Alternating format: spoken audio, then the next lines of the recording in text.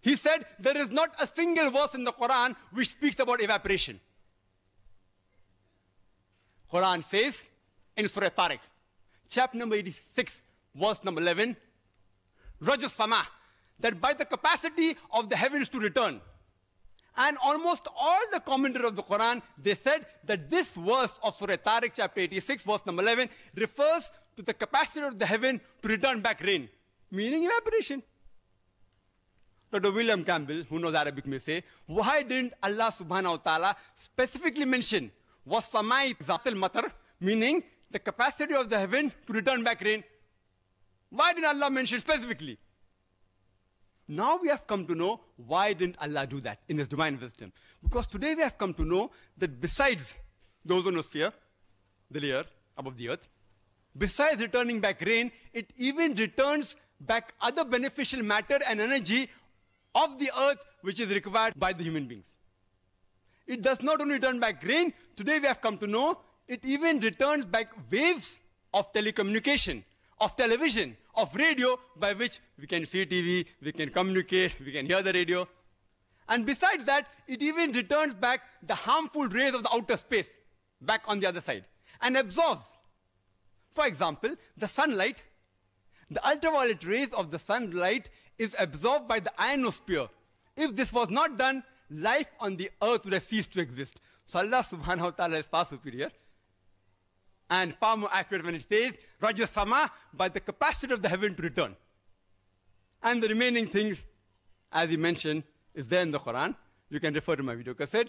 The Quran described the water cycle in great detail.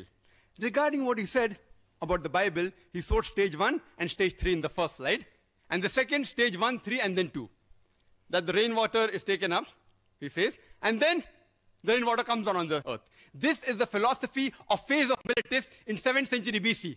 He thought that the spray of the ocean was picked up by the wind and fell into the interior as rain. There's no cloud mentioned there. In the second quotation Dr. William Campbell gave, first is, according to him, evaporation, which we agree, we don't mind having the concordance approach with the Bible. Then rain falls down, and then other clouds formed. That is not the complete water cycle. Alhamdulillah, the Quran describes the water cycle in great detail, in several places. How does the water rise, evaporates, form into clouds, the clouds join together, they stack up, there's thunder and lightning, water comes down, the clouds move into the interior, they fall down as rain, and the replenishing of the water table, and Alhamdulillah, in great detail. The Quran speaks about the water cycle in great detail in several places. In Surah Nur, chapter number 24, verse number 43. In Surah Rum, chapter number 30, verse 48. In Surah Az-Zumur, chapter 39, verse 21. In Surah Mu'minun, chapter 23, verse number 18. In Surah Rum, chapter number 30, verse number 24. In Surah Al-Hijr, chapter 15, verse number 22. In Surah Araf, chapter number 7, verse number 57. In Surah Raj, chapter number 13, verse number 17. In Surah Furqan, chapter 25, verse number 40 and 49.